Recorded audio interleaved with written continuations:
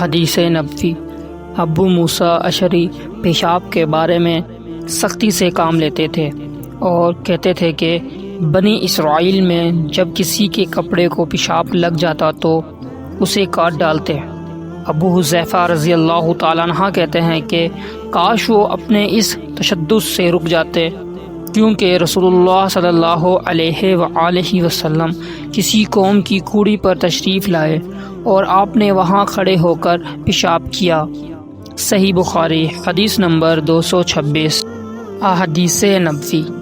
ایک عورت نے رسول کریم صلی اللہ علیہ وآلہ وسلم کی خدمت میں حاضر ہو کے عرض کی کہ حضور فرمائیے ہم میں سے کسی عورت کو کپڑے میں حیض آ جائے تو وہ کیا کرے؟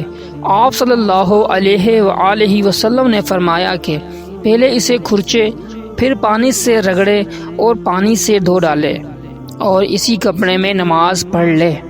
صحیح بخاری حدیث نمبر 227۔